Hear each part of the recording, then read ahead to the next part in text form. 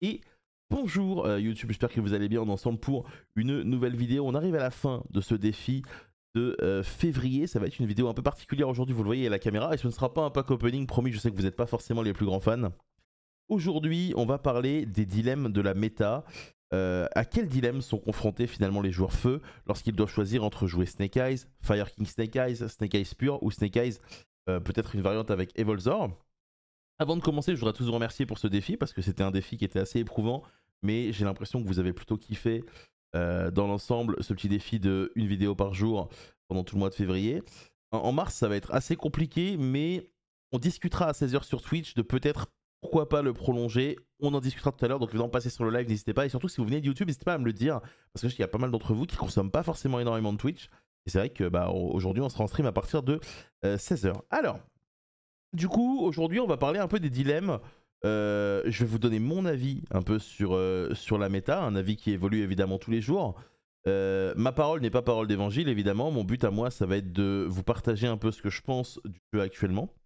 Vous avez le droit de pas être d'accord. Vous avez le droit d'en débattre dans les commentaires, peut-être avec les joueurs qui veulent peut-être progresser avec leur deck feu.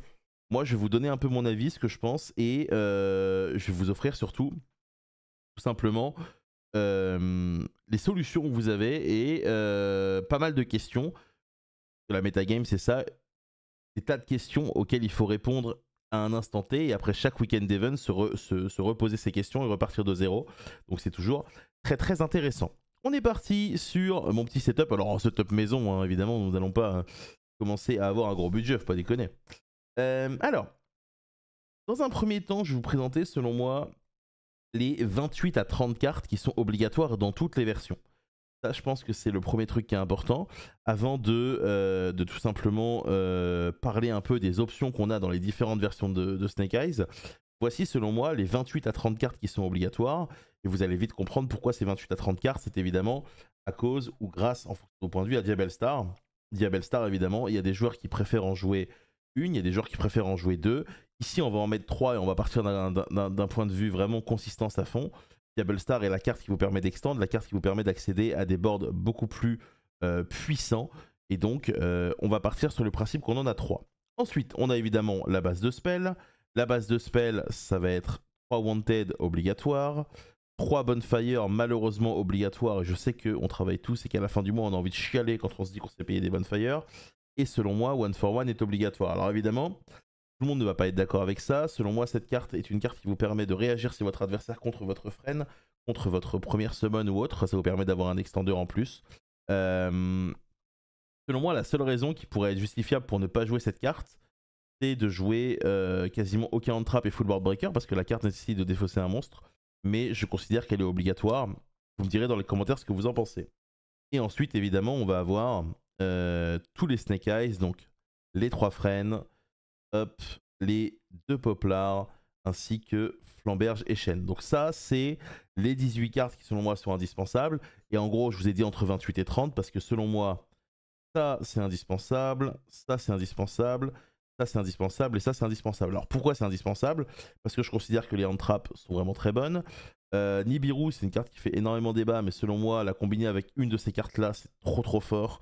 Et le fait qu'il soit présent dans la méta oblige les joueurs à jouer avec. C'est la carte la plus punitive selon moi du jeu actuellement en fonction des niveaux. Alors vous allez me dire, les bons joueurs arrivent à jouer autour, très bien, mais il y a des situations et des facteurs qui sont autres que le simple match de Yu-Gi-Oh en lui-même, qui rentrent en compte dans un tournoi.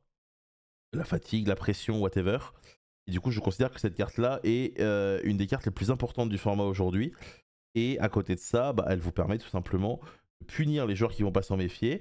Et si jamais vous jouez contre un joueur qui joue autour, du coup ça veut dire que ses combos seront moins violents. Et à partir de là, vous avez également l'option de le défausser avec Diabell. Donc moi, pour le coup, pour moi, c'est un package de 30 cartes qui est obligatoire. Et donc maintenant, la question c'est comment on fait pour... Enfin, à quel dilemme on est confronté quand on choisit soit Snake Eyes pur, soit Fire King Snake Eyes. Donc on va ranger ces 30 cartes qui, évidemment, notre corps et on va commencer à réfléchir à ce qu'on veut jouer. Donc dans le cas où on veut jouer Snake Eyes pur, ce qu'on va avoir comme problème, c'est déjà la taille de l'extra deck, parce que du coup on est obligé de jouer ces 3 cartes là, qui avec Jet nous permettent d'avoir des negates, et les negates actuellement c'est fort. Et Formula est évidemment très sympa puisque du coup on a un tuner 1 et ça se met bien. Les cartes qu'on va en général retrouver en main qui ne sont pas forcément dans les autres mains, ça va être le jet. Le jet est votre tuner qui vous permet d'accéder à vos synchros et vu que c'est un niveau 1, du coup avec Original vous avez l'occasion de le trouver. Un deuxième flamberge parce que du coup le deuxième flamberge il est vraiment très utile dans ce deck-ci. Et le temple, vous allez me dire que le temple est probablement joué dans les deux versions, vous auriez raison. Mais là où en Fire King il n'est pas forcément obligatoire et c'est quelque chose qui a été prouvé en OCG et même en TCG, bien qu'on le voit souvent en side, là en Snake Eyes pur il est indispensable. Donc du coup vous allez vous retrouver avec seulement 3 cartes dans votre main deck et 3 cartes dans votre extra deck, pardon. Et l'avantage que va vous donner Snake Eyes pur par rapport à Fire King, c'est que du coup, en plus de tous les free spots que vous avez déjà via vos hand traps, vous avez 7 places. 7 places, c'est énorme. Et vous allez pouvoir simplement construire votre deck comme vous le voulez. Et du coup, le gros avantage qu'a Snake Eyes pur par rapport à Fire King Snake Eyes, il est en ça. C'est-à-dire que du coup, vous avez plus de place pour mener votre deck là où vous le voulez. Là où vous allez le voir par exemple en Fire King Snake Eyes, il y a beaucoup moins de place et c'est ce que je vais vous montrer maintenant puisque en Fire King Snake Eyes, vous êtes obligé de jouer mes 2 Kirin parce que c'est ce qui est actuellement populaire, mais évidemment ça peut potentiellement être 3, le Garunix, le Ponix, le Arvata et au moins 2 trappes. Et là du coup, vous avez 7 cartes obligatoires pour jouer Fire King, là où en Snake Eyes pur, vous avez que 3 cartes. Donc du coup, ça veut dire que là, si j'ajoute ça à tout mon deck, il me reste que 3 places. Et du coup, c'est beaucoup plus dur à construire. Donc quels sont les avantages de Fire King par rapport à Snake Eyes pur? C'est que du coup, il va avoir une meilleure faculté à jouer second, parce qu'il a énormément d'extenders.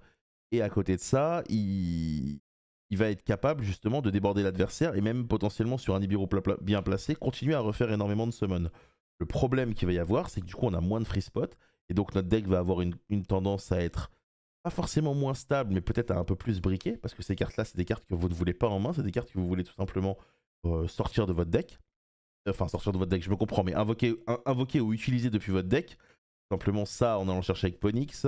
Le Ponix, on va le chercher avec évidemment l'original. Le Garunix arrive du deck, il pète le Kirin depuis le deck de façon à faire reborn sur un Arvata potentiellement et péter une carte. Mais voilà, globalement, ça c'est le gros problème que vous allez avoir en Fire King.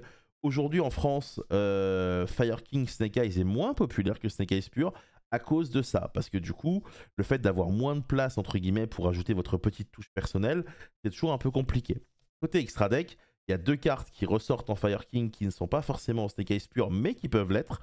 C'est le Hitsoul et le Sunlight Wolf, qui sont évidemment très intéressants. Mais étant donné qu'on joue 3 synchro, on n'est pas forcément obligé de le jouer en Snake Eyes pur. Il y a des joueurs qui le jouent, il y a des joueurs qui ne le jouent pas. C'est pareil. Et donc là, vous allez me dire, mais Vince, c'est quoi le mieux du coup? Quel est le mieux? Eh bien écoutez, la réponse à cette question, on ne l'a pas. On ne l'a pas, quel est le mieux. C'est vraiment en fonction de votre confort et c'est pour ça que la metagame, selon moi, n'est pas tier 0. Parce que certes, l'engine feu est très utilisé par les joueurs, mais ce que j'estime, c'est qu'aujourd'hui, il y a 2 à 3 decks qui sont vraiment différents. Donc dans un premier temps, on va parler des cartes qui sont intéressantes potentiellement en miroir. Parce que du coup, vous l'avez compris, on a 3 places en Fire King et on a 7 places en Snake Eyes pur. Évidemment, la carte qui est tout de suite ressortie, c'est Crossroad Designator. Parce que du coup, elle a cet avantage de jouer autour des hand traps, puisque vous en jouez plein. Et à côté de ça, du coup, elle va être très efficace contre pas mal de situations. Et ça paraît être la solution facile. Problème de la carte, c'est qu'en Go Second, elle n'est pas forcément si ouf que ça, parce qu'elle n'empêche pas l'adversaire de jouer. En Go First, par contre, elle est très intéressante. Ensuite, on va avoir... Hop, bon, en vrai, je vais le mettre là. On va avoir potentiellement ça. Ça, c'est pas forcément très populaire chez tous les joueurs. On a vu Simon Way qui la joue la semaine dernière. On a pas mal de Français aussi qui l'ont essayé lors du WCQ Paris. C'est une carte qui, évidemment, lorsque le jeu se joue sur le board, peut permettre à la fois de dodge des interruptions de type Veiler, Mourner, Veiler, pardon, Imperm, whatever. Et en plus de ça, potentiellement tuer l'ennemi. Donc c'est une carte qui a toujours été efficace en miroir. À côté de ça, on a une carte que j'ai pas encore reçue malheureusement parce que comme vous, je les ai commandées en live. C'est la berceuse de l'obéissance que vous voyez sur l'écran ici, qui en miroir est très efficace. Donc on paye 2000 points de vie, on donne le nom d'une carte monstre. C'est pas qu'il l'a joué dans son main deck.